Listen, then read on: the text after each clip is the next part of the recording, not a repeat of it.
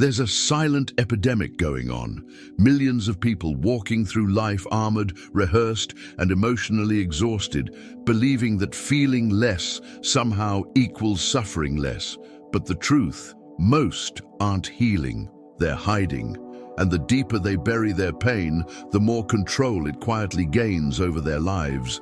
Carl Jung didn't sugarcoat it. Unacknowledged pain doesn't just sit still, it evolves. It takes the wheel. We've been conditioned to manage emotions like a to-do list. Be productive, stay strong, don't fall apart. But that very mindset keeps people stuck, living in reaction rather than presence. Pain, especially emotional pain, is rarely about the now. It's a signal from the unconscious, a call for integration, not elimination. Ignoring it only reinforces the illusion that something's broken inside you, when in fact, something is simply asking to be seen. You don't end emotional pain by mastering external life. You end it by turning inward and reclaiming the parts of yourself you were taught to fear. And that's where Jung's truth cuts through the noise. Individuation isn't just psychology, it's soul work. It's uncomfortable, inconvenient, and wildly liberating. It demands you stop playing roles and start meeting the raw, unrehearsed self underneath. That's where healing begins. Not with force, but with awareness. Because when you finally stop trying to become someone better and start allowing yourself to become someone whole, everything shifts. Not just inside you, but around you. Not instantly, but undeniably. Some folks walk around thinking the secret to happiness is dodging pain like it's a pothole. But here's the truth. Trying to escape emotional discomfort only ties you tighter to it. The more you resist pain, the more it seeps into your unconscious, shaping your reality without your permission. This avoidance game might look like I'm fine on the outside, but internally it breeds anxiety, restlessness, and emotional fragility. It's not the pain itself that holds people back, it's the belief that they shouldn't feel it. Let's be real, suppressing emotions doesn't delete them. It just sends them into hiding, where they grow sharper teeth. Imagine someone who avoids conflict for years. What happens? They explode over a minor disagreement. Why? Because their emotional immunity is weak. One way to build it is by journaling every night about what made you uncomfortable that day. Sounds small, but it brings unconscious pain into the light, giving you a shot at true integration. Avoidance also fuels the illusion that the outside world is responsible for how you feel. You end up reacting to life like a puppet, not a person. If someone says something rude, your pain isn't really from their words, it's from the wound they accidentally touched. That unresolved trauma is calling the shots. Carl Jung warned us that what we fail to integrate controls us from the shadows. So the real enemy, it's not pain. It's what happens when we keep it locked in the basement. Still, modern life sells us the lie that feeling less is the same as healing more. People numb themselves with distractions, achievements, or even spiritual bypassing, trying to be above it all. But you can't meditate your way out of what you refuse to confront. Awareness isn't born from silence alone. It comes when you stare straight at your discomfort and say, okay, what are you trying to teach me? Now that opens a very different door, a door that leads to something even more powerful than control. There's a strange comfort in the illusion of control, like if you just plan well enough, behave well enough, anticipate every twist, then nothing can shake you. But life doesn't work that way, and Carl Jung knew this better than most. He saw that the real muscle isn't in controlling your pain, but in becoming aware of it. Awareness is quiet but radical. It doesn't shout, it listens, and in that listening, transformation begins. Think of someone who constantly micromanages everything around them, their work, their relationships, even their emotions. It's exhausting, right? That grip is rooted in fear, often unconscious, often tied to old pain. The moment they stop trying to dominate the outer world and start exploring their inner terrain, things shift. Instead of reacting to discomfort with panic, they begin responding with curiosity. It's like finally seeing the blueprint behind your emotional architecture. Control is seductive because it feels like strength, but awareness, that's where the actual alchemy happens. Say you're triggered by someone interrupting you. Instead of clenching your jaw and pretending it's fine, ask yourself, what part of you feels dismissed? That simple question is awareness at work, peeling back the layers. The more you practice this, the less others can hijack your peace. You're not just coping, you're integrating. And here's where it gets wild. Once you begin to cultivate this kind of emotional awareness, your life stops feeling like a battlefield. You're no longer scrambling to protect your image, your persona, your fragile sense of safety. Instead, you're grounded, even in chaos. That's not just power, it's liberation. But if your pain still feels like it's coming from outside, maybe it's time to explore what it's really reflecting inside. It's tempting to believe that others are the source of our suffering, the rude co-worker, the critical parent, the partner who never listens. But what if the real sting isn't what they say or do, but what those moments awaken inside us? Carl Jung suggested that much of our pain stems from parts of ourselves we haven't integrated. That is, pain often mirrors a wound we've left unhealed, buried in the unconscious, and until that wound is faced, the world will keep poking it. Here's a classic example. Someone feels invisible at work and starts resenting their boss. But the pain isn't really about the boss. It's about old, forgotten feelings of being overlooked, maybe from childhood. That's the unintegrated self showing up. Until that emotional knot is unraveled, they'll keep getting stuck in similar dynamics, no matter the job. One small yet profound exercise.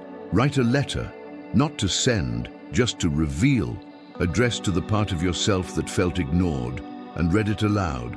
That's how you bring the unconscious into awareness. This kind of pain is like a recurring dream with different costumes. It keeps coming back, not to torture, but to teach. The beauty lies in recognizing that these triggers are signposts, not enemies. They're invitations to revisit the parts of yourself you've exiled out of shame, fear, or trauma. You don't need to become someone new. You need to remember who you were before the world told you otherwise. The integration of that forgotten self, that's where the healing lives. As long as you keep treating pain like a foreign invader, it'll keep ambushing you. But the moment you welcome it like a long-lost relative, awkward and emotional as that may be, things start to soften. This doesn't make the discomfort disappear overnight, but it gives it context. And with context comes compassion for yourself and for the parts you've spent years trying not to feel. That journey, it has a name, and it leads us straight into something far deeper. Individuation isn't about becoming perfect, it's about becoming whole. Carl Jung described it as the lifelong process of stitching together every scattered part of yourself into one integrated being. The good, the bad, the embarrassing, the wounded, all of it belongs. Most people spend their lives curating an image, a persona, polished and socially acceptable. But underneath, their real self is begging to be known. And the only way to meet that self is by turning inward, especially when it's uncomfortable. Take the shadow, for instance, that part of you that feels jealous, insecure, maybe even cruel at times. Most shove it down, hoping if they ignore it long enough, it'll just evaporate. But Jung made it clear, the shadow doesn't disappear, it just acts out behind your back. True individuation begins when you stop running and start listening. An easy place to begin. Whenever you feel intense emotion, ask yourself, what am I afraid others will see in me right now? That's the shadow speaking. The journey toward wholeness often feels more like a spiral than a straight line. You revisit old wounds with new eyes, uncover fresh layers in what you thought you'd healed. Some days you feel like a sage, others like a mess. And that's exactly the point. Individuation honors complexity. It's not a destination, it's a constant unfolding of awareness. When you stop resisting your contradictions, your true self begins to emerge through the cracks. And here's something few will tell you. The parts of you you've spent years hiding are often the very keys to your emotional immunity. When you integrate those forgotten fragments, they stop tripping you up and start holding you steady. You no longer fear being exposed because you've already faced your own depths. That kind of transformation, it changes how you show up in every room you enter. But how do we turn those buried fears into quiet strength? Most people think strength is about never getting hurt, as if numbness is some badge of honor. But emotional immunity isn't built by avoidance, it's forged by integration. When you face your pain, trauma, and fears directly, they lose their grip. You don't become untouchable, you become unshakable. And there's a huge difference. One is brittle armor, the other is rooted confidence. Think of someone who used to overreact to criticism. Maybe they'd lash out or shut down. But once they started confronting the origin of that trigger, perhaps an old memory of being constantly judged, they began to soften. That criticism still stings, sure, but it no longer defines them. One way to build this inner resilience: practice self-inquiry when you're upset. Ask, is this pain about the present moment or an echo from my past? That awareness alone can shift everything. Integration doesn't mean you don't feel anymore. It means you stop letting your past hijack the present.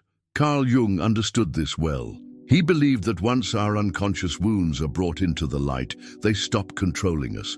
You become less reactive, more grounded. It's like learning to walk barefoot through your own emotional landscape, no longer flinching at every pebble. That's not emotional numbness.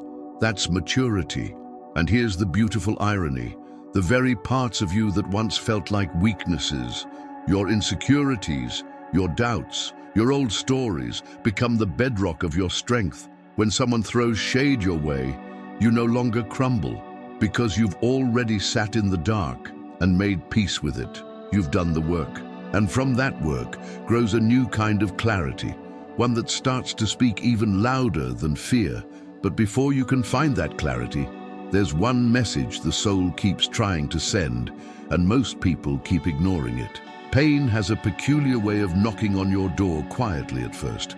Maybe it's a passing sadness, a recurring tension in your chest, or a low hum of anxiety you can't quite name. Ignore it long enough, and it starts banging. Carl Jung didn't see suffering as an enemy. He saw it as communication. The soul speaks through discomfort, and the more you mute it, the louder it gets. That ache, that's not weakness. It's your psyche trying to wake you up. Imagine someone who keeps sabotaging relationships. They say they want love, but every time things get close, they push people away. That's not random behavior. It's a signal. Often, buried trauma around intimacy or abandonment is at play. The pain shows up not to punish, but to point. One practical step: try dream journaling for a week. Your unconscious often reveals what your waking self isn't ready to admit. Suffering doesn't just arrive, it whispers wisdom in symbols and emotions. We're trained to medicate pain, spiritualize it away, or muscle through it. But when you pause and actually ask, what is this feeling trying to teach me? You begin to shift. Suddenly, anxiety becomes a message about imbalance. Anger becomes a red flag for boundaries crossed. And sadness becomes a nudge to grieve what's still unprocessed. These aren't just emotions, they're messengers from deep within, pointing toward integration and, ultimately, transformation. The real danger isn't the pain itself, it's what happens when we silence it. Suppressed suffering doesn't vanish, it mutates. It leaks out in passive aggression, burnout, panic attacks, or that numbing scroll through your phone at 2 a.m. Jung believed that by facing this pain, not avoiding it, we unlock the hidden parts of ourselves and what lies beneath that pain. Not more suffering, but the truth of who you are. Though that truth is often hidden behind one last mask most of us don't even know we're wearing.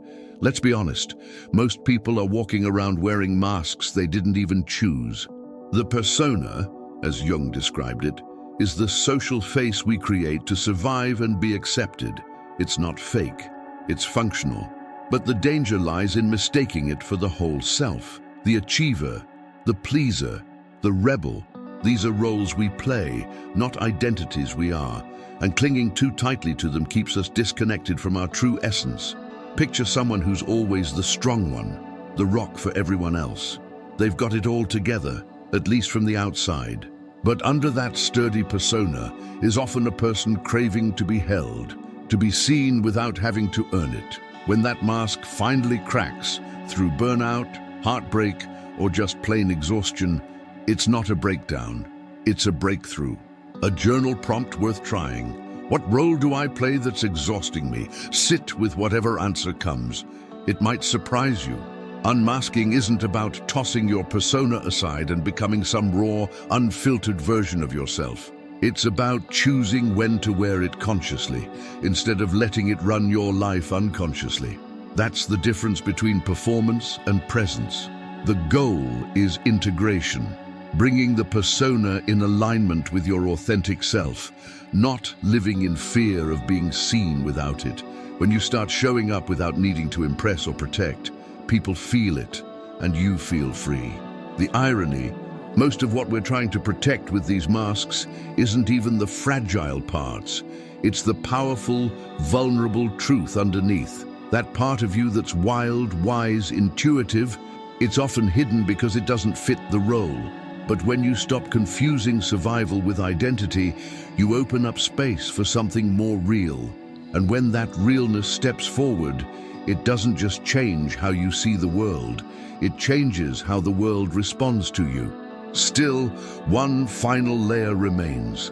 The shield that truly sets us free isn't made of armor. It's made of something far more radical. People often think the way to protect themselves emotionally is by becoming tougher, colder, more indifferent. But consciousness doesn't numb, it sharpens. When you're fully aware of your inner patterns, your triggers, your wounds, life stops catching you off guard. You don't flinch at conflict or collapse under rejection. Not because you don't feel, but because you understand the emotional architecture behind the moment. That's the real shield. Let's say someone cuts you off mid-sentence and that familiar heat of anger rises. Before, you might have snapped or withdrawn. But with awareness, you pause and think, why does this offend me so deeply? Maybe it's tied to childhood moments of being talked over or dismissed. That split-second inquiry changes everything. You move from being a slave to reaction to being the observer of it. It's subtle, but it's pure power. Emotional freedom isn't about detachment, it's about clarity. Jung believed that once we make the unconscious conscious, we stop calling it fate. In other words, life becomes less about dodging pain and more about decoding it. You see patterns where you once saw problems. You meet triggers with curiosity instead of resistance. This kind of consciousness doesn't make you untouchable. It makes you real, grounded, present, and it gives you a kind of quiet confidence that can't be faked. And when you start living from that place of conscious clarity, people can feel it. Your presence becomes medicine. Your stillness speaks. That doesn't mean you're done growing, far from it. But now, you're no longer at the mercy of every emotional storm. You've learned to anchor from within.